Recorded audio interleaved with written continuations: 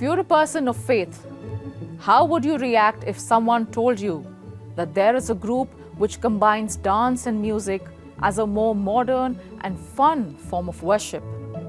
At first thought, it sounds fairly attractive, especially for someone young. In the United Kingdom too, this idea had its lure back in the 80s and 90s. But this was not an innocent religious service. It was a cult led by a Christian rock band member, blessed naively by the Church of England's clergy back then. This is the story of Chris Brain, a radical priest who systemically abused his congregation, his victims in particular, all women. Now, 40 years later, it seems justice has seen the light. Last week, Brain was convicted of sexually abusing 9 women in his congregation.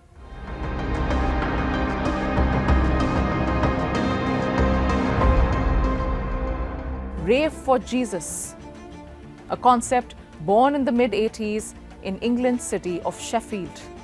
Chris Brain had envisioned combining modern music with the power of worship.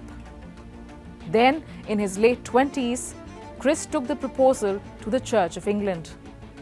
In 1984, the idea took form, and from there began the 9 o'clock service, or NOS, which was held at 9 p.m. every Sunday.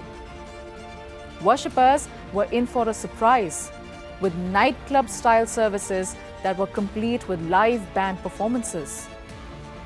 Now, the services first began at St. Thomas's Church in Crooks back in 1984. But as more and more people got attracted to the style and modernized worship, the so-called Christian raves were moved to a larger sports center.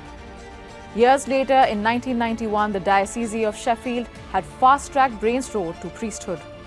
They allowed him to become ordained after just 2 years instead of the usual 4. But just a few years later, a series of allegations against Chris Brain came to light. Back in August 1995, then Archbishop of York suspended Brain after complaints that the priest demanded sexual favors and engaged in improper sexual relations. At the time, Brain was 38, married, and even had a child.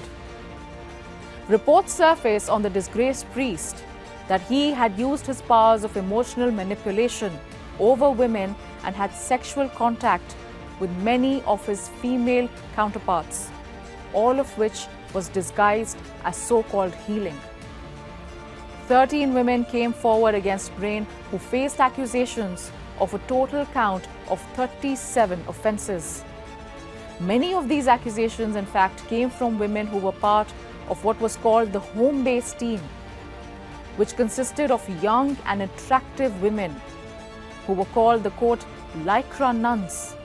Through the trial, Brain in his defense said that there was some sensual touching, but it was with consent and between friends.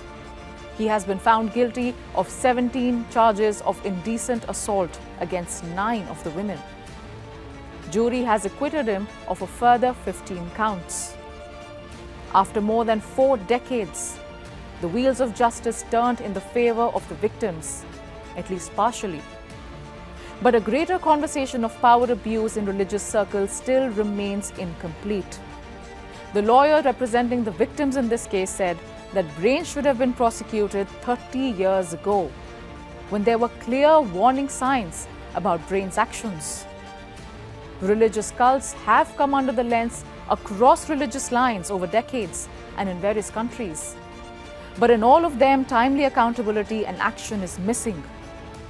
For at the end, justice delayed is still justice denied.